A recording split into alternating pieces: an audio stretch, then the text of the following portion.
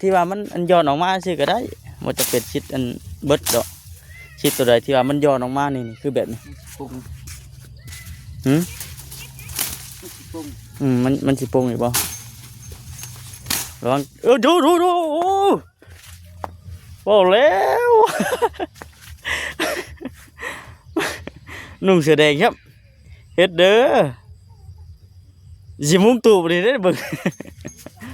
ใส่ยกปืนเลยใส่ยกปืนบ่ได้โอ้ยเนาะแปลงโชว์อีกแพงเลยเนาะว้าเด้อเจอของดีเด้อพี่น้องเอ้ยบ่คำลาเจอของแท้แล้วเหมือนทางใหญ่อยู่จักบ่คำลาเจ้าก็ย่านอยู่เนาะเจ้าก็เนาะไปทนได้ทนเตะ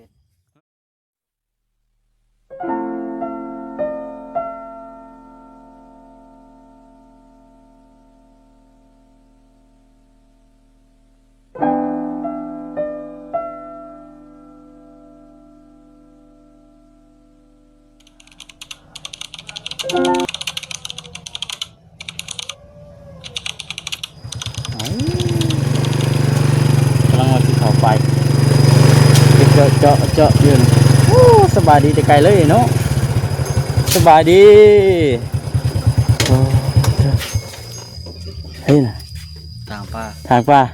ชิดงานไหมมั้งเนาะโดยถอยรถมาได้ที่งานมันไปใส่เบิดเลยเดี๋ยวกกงานเลยมงเก่าเดิมพี่ชิแมนไปลงคลิปโอ้ดีว่ามาหากะใกล้สิฮอดอันกระต๊อบแล้วที่ว่าบังเอิญนี่ได้เหตุการณ์บังเอิญเฮ็ดให้เฮามาเจอกัน มาเจอเราเด้อพี่น้องเนาะกำลังกันสิทธิ์งาไม้เจออยู่นี่ก็เบิ่งอยู่นี่ได้แล้วบ่ทำก็ได้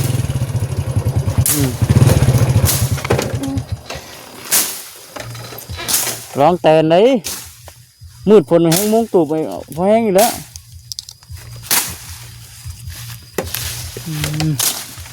คืออยู่แบบนี้นะ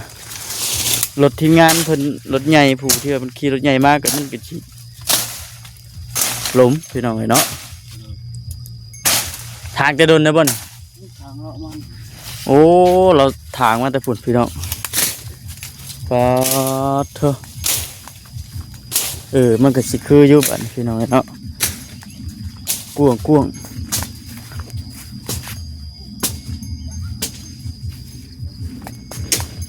ฝนไม่ตกบ่เมื่อคืนนี่ไม่ตกครับ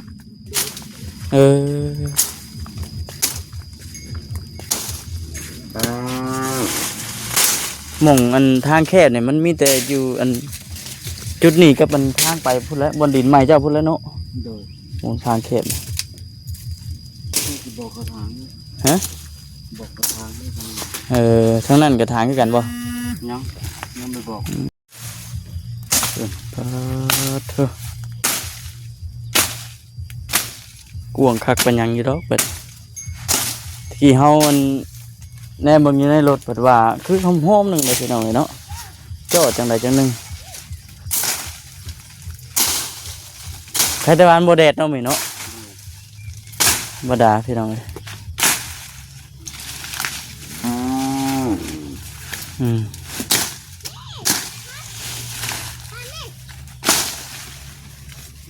นี่ไปแน่แล้วเข้ามามันนี่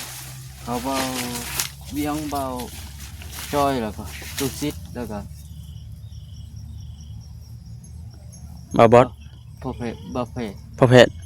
พอเพจบาบอสยังไม่ได้เข้ามาบ่เอาก่อนคือเห็นรถแล้วกายมาแล้วยังอยู่บาบอสเห็นเนาะบาจอยดิอย่าเรายังทันได้เข้ามาผมกินอยู่สวนทางกันอยู่พี่น้องเนาะทำกับเข้ามาก่อนมันเข้ามาก่อนอันบดจิตบดแสนเพิ่นรู้จักเลยพี่น้องคอยขี่มา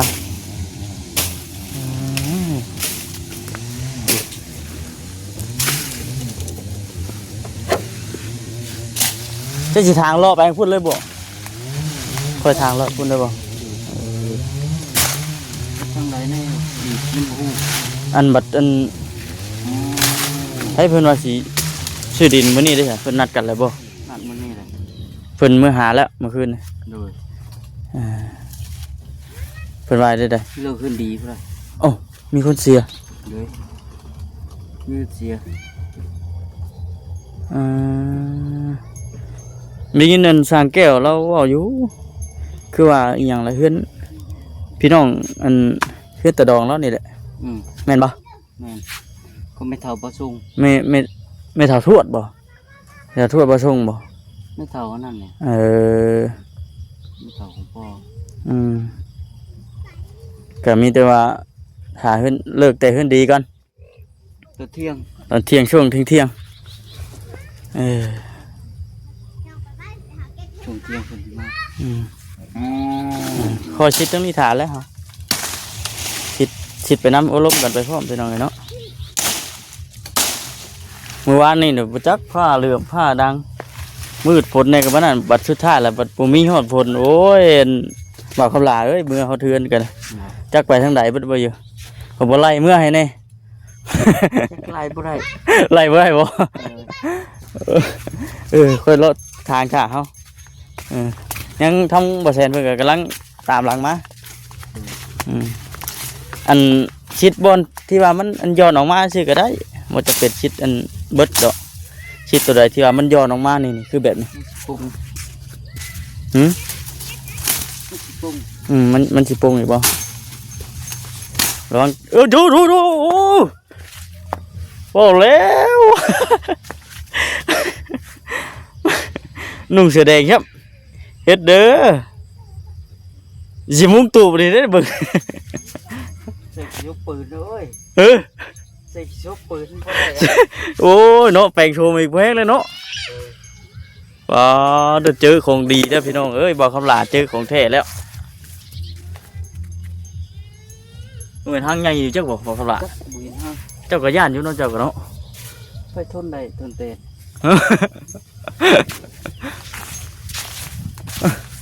ระวังđấy mày này bắt nhảy được quá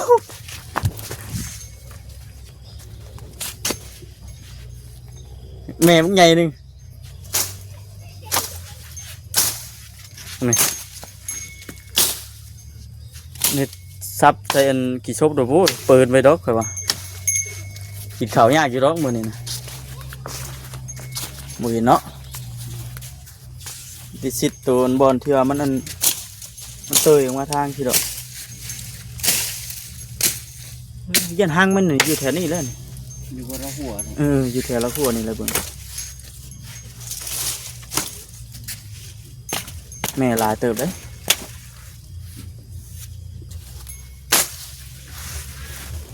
โอ้ย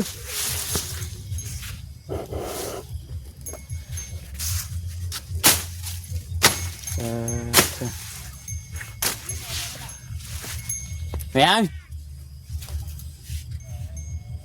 gì mà phi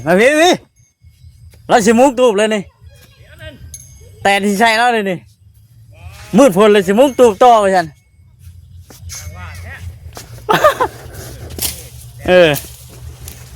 เจ้าย่านอยู่บ่เจ้าย่านอยู่บ่แตนเห็นว่าบ่ย่านสิเอาให้เบิ่งเถอะขยันแท้เพิ่นนี่เอาสิถามบ่คำละจะได้คือมาทางป้าเนี่ยอยู่หนทางอันนี้ ได้บ่ หลุดเข่าบ่ได้วะ เราผู้จักความ แม่ เอาสบายดีบ่ครับ สบายดี สบายดีได้บ่คำละ แล้วค่อยทยอยทางไป ไอ้ ได้ นี่คนที่ได้ประโยชน์แบบประโยชน์ชวนรวม ส่วนรวมได้นี่ หมดเราทางตามทาง มัน จะ ต้ ต้ อ อง ง รถ คัน ที่ ต่อลงต่ำๆได้บ่คำหลายเพื่อรถไปมาสัญจรอย่างสะดวกสบายเราก็ได้ ซับตัวที่ว่ามันอัน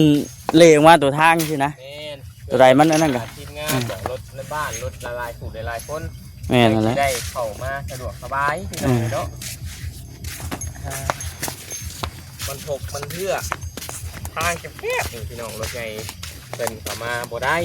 ทั้งนี้ยังอยู่บ่ แต่ ทั้ง มัน นี้ ขูดมัน ทั้งนี้ยังอยู่บ่ รถล้างแล้วก็ นี่ไปคือ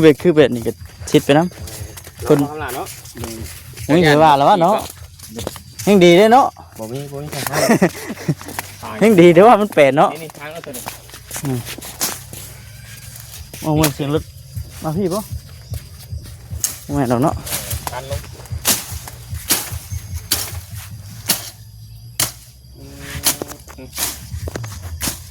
ทางนั้นได้จ้ะแปลนแล้วบ่ยังคุมหนึ่งเนาะ ทางไปว่าใดมันอันย้อนอนามัยทางพี่น้องเลยเนาะ คนเขาคนทางให้มันสะดวกสบายรถล่างเข้าไปจะได้ ง่ายก็เก่า เที่ยวง่าย ระหว่างเราเองอยู่ที่ผู้อื่นขับเข้าไปกันเด้ดิ แม่น ยันเกาะยันขูดรถนะ จักรที่ได้เข้านี่ยังว่ามันง่ายอยู่ นี่ เป็นรถใหญ่อยู่แล้วแต่มันขีดเรียบร้อยเปิดทางถนนเดินทาง คักปัญญาบริมาเนี่ยทีมงานสิตื่นอยู่ครับเอ้า คุมนะ คือแปลนเทพสัน เพราะว่ารถเขาก็ได้พี่น้องคุมรถตัวชิดกันจอดด้วยคุณพี่น้องเลยเนาะคุณละรถนอกกันเลยแคบ ระวังเลือดพุ่มไปสิเลย ไม่คุมอย่างไรลอกกันเลยจอดไม่พูดทางรถตัวชิด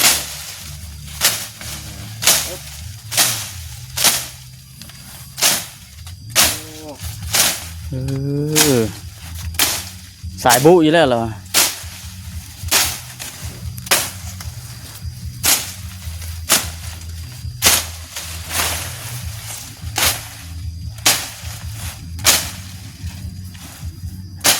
เรียบร้อย ผ้า แปน ผ้าอีโค้งอะเนาะคือจิคักเนาะผ้าดำยาวๆนะสิ เนี่ยมันทางมือก็ อ่า มันต่อมันเลยปีนละขั้วเลยกินนี่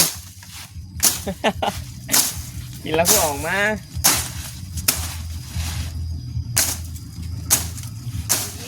ปีนเลยระวังเด้อเจ้าน้ำหนักหลายกูค่อยปีนออกทางนี้ก็ได้ออกได้ป่ะ โอ้แปลนเติร์ดบาทเนี่ย เรียบร้อยแบนคักปันยังมีหมดเนาะ หมูแดง หม ปะ ดแดงหมดแดง โอ้ยคักอลีบาทนี่ แล้วทาง ให้สิกล้าขี่เข้ามาฮอดในเลยบาทนี่กับโตหน้าของเฮียนน่ะมันออกแหงเนาะ แม่น โตข่าวของเฮียนน่ะเนาะเอาสบายดีเด้อเบิด ส ทุก บา ค ย น ดี สบายดีเนาะเอาโตโตโอ้ยค่อยๆก็ได้น้องความเป็นดุมัน เนี่ย มันได้ประโยชน์ทางส่วนรวมอีก ส่วนรวมเลยแล้วนี่ ผลทางนี่ เพราะว่าเพิ่นเห็นทั้งอ้ายเข้ามาแหละเพิ่นตนเนาะ แม่นรถเขาก็ได้ไม่มีเก็บขึ้นตัวนี้ ไม่อันนี้เขาเก็บข้างในเลย มันมีตะปูได้หน่อยเขาในเพิ่นเลยปึ๊บโอ้ไม่เข่งนะไม่เพื่อนเพิ่นบ่นี่ คักเลย ป้อต้นมะพร้าวก็ได้พวกพี่น้องเล ใส่ ย เอาเห็นบ่เจ้า ใส่เสื้อกีฬาเข้าไปรถเบิ่งหุ่นเบิ่งห้อยรถมีกล้ามมีอย่างเดียวจะขึ้นหนักที่ดอกกีฬาไปเนาะ สมายรถดิ คือคนดื่มกีฬาคนออกกำลังกายอยู่นะ แมนกับมาเห็ดเวียกที่รถสังเกตเบิ่งนี้บ่เห็นหาวได้พี่น้อง เป็นน้ำได้มาเห็ดเวียกกันอยู่ล่าเลยแบบว่าคนเคยเห็ดเวียกนะเนาะ แม่น คนเคยเห็ดเวียกเลยนั่งอยู่แล้วมีห่วย อยากนอนนะแบบนี้ดิ มันก็หาวได้เลย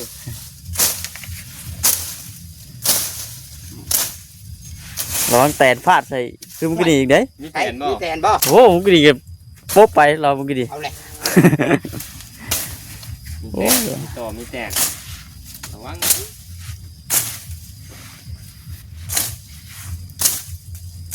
ปึ๊บ ได้แล้วจำนี่ ได้ละ เด้ตัวมันเด้ลงเด้เนาะเอาออกเนี่ยเนี่ยตัวหน้าตัวข้างหน้าเขาน่ะเอานี่เด้ แปลนเด้เนาะ เรียบร้อย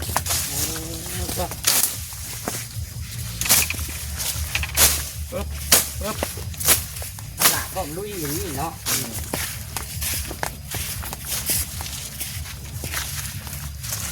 ผมลุย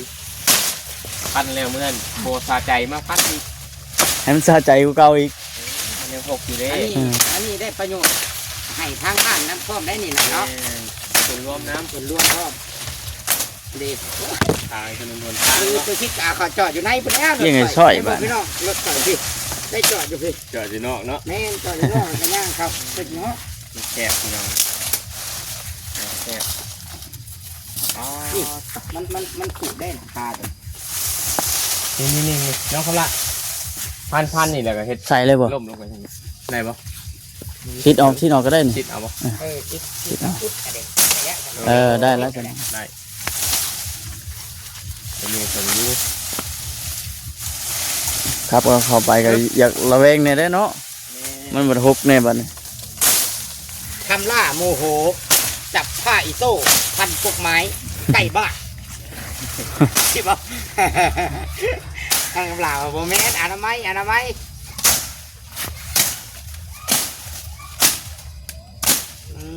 ขากะลีบานเนี่ย แน่ อันพี่น้องเอ้ย เราหูจักไหนเนาะว่ารถในไอ้เขาบ่ได้เรากลับมา คัก ทางมา พูด ทำความสะอาด พูดโบแม็กมาเนี่ยโบแม็กมาเนี่ยพูด รถมาก่อน มาฮอดพี่บัดนี้เนาะ ตัว ล่มเด้อ ระวังเด้อ คอยระวังเด้อดีกว่ามาเด้อระวังเด้อผ้าเด้อ นี่ตัวนี้ยังเป็นน้ำซ้ำเลยน้ำไผ่ โบอันเอาละเตียงตัวนี้เคยนอนปะเตียงนี้บ่เคยเนาะ มาไปขึ้นไว้ รถเด้อไป รถนี่เราไปบนทาง เรียกขึ้นแม่บอกเนื้อบ้านสิ โอเคคือว่าโอเคแล้วเส้นนี้ คักแล้ว โอเคแล้ว พุ่นแล้วบัดนี้ตัวใกล้เฮียนพูดบัด แม่นตะไลดีตัวนั้น พุ่นแล้วมันอยากเจาะไงไปจ้ะพี่น้องไอ้น้องเดี๋ยวบอกคำสิเอารถไปจอดอยู่พุ่นก่อนพอดีว่ามาแล้วบังเอิญเจอแล้วพี่น้องไอ้เนาะกำลังอันสมแซมตัดพดไม้ตัดไม้ตัวที่ว่ามันพ่นออกมานอกทางหั้นนะมันเป็นไงที่งานเขามาก็สิสะดวกสบายแน่บัดนี้กินมันหุบโอ้ย นั่นแหละพี่น้องเนาะมีแต่ว่าคลิปนี้ก็ถือว่าสิจบคลิปก่อนพอคำกันนะเลยก็ขอบคุณ FC ที่คอมเมนต์เข้ามาให้กำลังใจแล้วก็คอมเมนต์เข้ามาทักทายเนาะขอบคุณ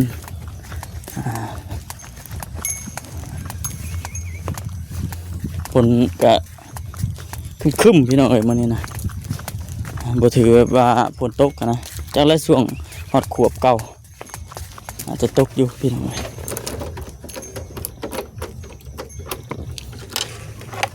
ยเอารถไปจอดพุ่นก่อน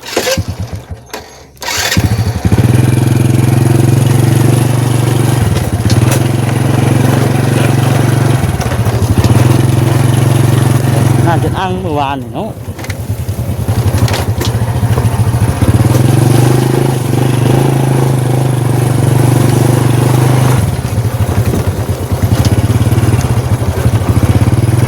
โ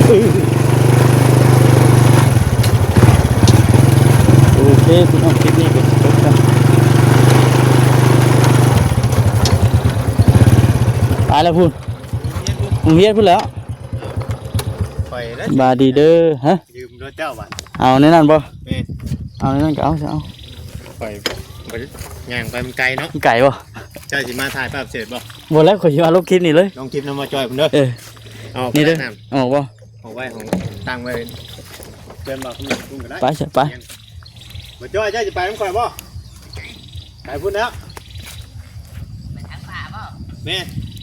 เจอแล้วก็มาเจอไหนแล้วก็มาในห้องโรงเรียนเด้อได้ ทางไหนเต็มเลย หลายเติบหมดพุ่นเลยกำลังไปถ่ายโรงเรียนพุ่นเด้อ ไปเบิ่งเลย ไปซะไป เอามาจอยก่อนต้องอาศัยยืมรถผู้ใดที่รถจักรมา แม่ ไม่ต้อง แม่แม่ ยืมพี่น้องเลยไอ้ลงกิจทาอยู่โกกะล่าง พุ่นแล้วบนเก่าพุ่นแล้วมีบ่มีใครลงบ่นำมัน ลงแล้วเลยเด้ มีไผอยู่บ่ บอก แล้วต้องท ใช่ขอยว่าสิมาจบคลิปแล้วก็สิไปลงคลิปแล้วบัด ำไป กำลังโทรบอกคือเชนฮะกะ อ่ะ บอกเพิ่นให้เขามามื้อนี้ว่าเพราะว่าเพิ่นถ่านะ เออ ไปชื่อมื้อนี้ซะ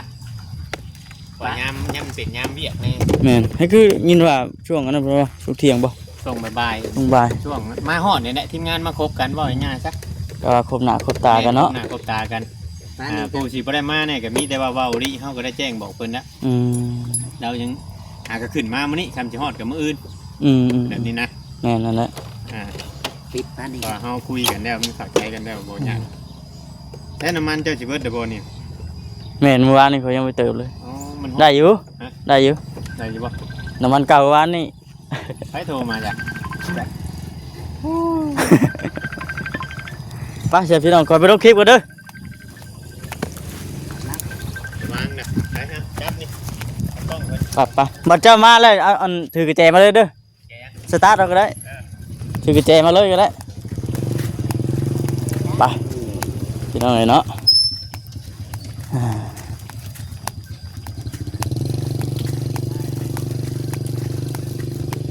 ใช่ว่าฝนตกแห้งเนี่ยเอาแล้วนี่พี่น้อง10 บาทสุดท้ายมื้อหยุดฝนเนาะเอาพอดีอันเฮ้ยกะว่าสิได้ใส่ผ้ามื้อนี้เลยโจ๊ะอีกเลยเนาะ ได้บอกว่าบ่มืดเต็มที่เล่นลูกเอ้ย ฮะ จนมืด เงิดบ่ เมื่อยได้จังว่าตายจนมืดข้าวตะเบิ่นมาไปเลยจังยักแม่กันนี้ บ่ แม่ว่าถ้าเจ้าบ่เปกพวกเราว่าบ่เปกกับเป๊กอยู่ถ้าโผล่ไปนอน นอนไปได้ นอนบ่รับ บ่รับ อ่า มาก็เฮาอู้ไปอู้มา เป็นนี่ไดเนาะ อ้าวบ่จักว่ามันเฮายังบ่ฮู้ พญาติพะเยานี่บ่เนาะ เพิ่ บ่ น จักเลยบ่ลาเจ็บวานนี่แต่เอาไม่ลงน่ะพอตื่นเล่าอยู่ทั้งถ้าแม่กูลังก้นน่ะพิษเดียวแล้วคนน่ะบ่เอาซ้ำนี่แล้ว บ่ ข่อยยาวเลยซ้ำเพาะแล้วเพื่อนข่อยยาวซ้ำเพาะแล้ว รอบคงว่าจะให้ได้มานี่บ่ ฮะ ดอกกระต่าย มาพี่น่ะ อ้าว แล้วมาพี่บ่ มาที่ได้มันเอาใหม่ลง เอ้า แต่ว่ามาไม่ลงอันนี้แล้ว เราแกมาส่งน่ะ ดูน้องเวียดนี่ เออเนาะบัดได้ยินสังเกตคือว่าผู้เฒ่าไผผู้เฒ่าไผ เดี๋ยว ผู้เฒ่าทรงบ่ผู้เฒ่าบ่ทรง ส่งจะตาย 2 คนพุ่นน่ะมื้อนี้ ตัวนั้นบ่อยู่กันเทื่อบนเอาใหม่มาส่ง เนาะผู้ที่ว่าอันเอาไม้มาส่งเมื่อวานนี่นะพี่น้องเอ้ยเนาะไผสิคิดเนาะ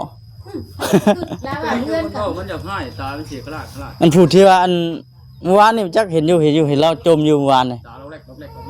อืม อิ่มแล้วเหรอเอ้ย สร้างเป็นแท้ อิ่มบ่ ตายเลยเขาว่าไฟประตูเบิ่งแล้วตาย กินได้ลูกอ่ะ อืมเห็นแล้วจมอยู่เมื่อวานนี่ จมแล้วมันให้ผมนะวันนี่ อ่า น้าหมอนี่พิเศษเด้อ คือแปลกแค่ติ ก็ว่าอยู่ว่า เอาแล้วเนาะสร้างเป็นแท้นี่พอข้ามไงหักกะฮู้เด้สิถืออีกกี่ว่าคนเดียวกันก็สร้างแก้วเว้าได้คนละคน โอ้พี่น้องเอ้ยเนาะมามื้อนี้ก็ถือว่าข่าวบ่ดีปานใดเด้อมื้อนี้ก็มีแต่ว่าอันขอแสดงความเสียใจกับครอบครัวเพิ่นนั่นแหละพี่น้องเอ้ยเนาะมีแต่ว่าให้ไปสู่สุคติอิหยังก็ได้โอ้ยไปๆสำหรับพี่น้องคลิปนี้ก็สิจบก่อนจังไดก็อยู่ดีมีแฮงพี่น้องสบายดีเด้อ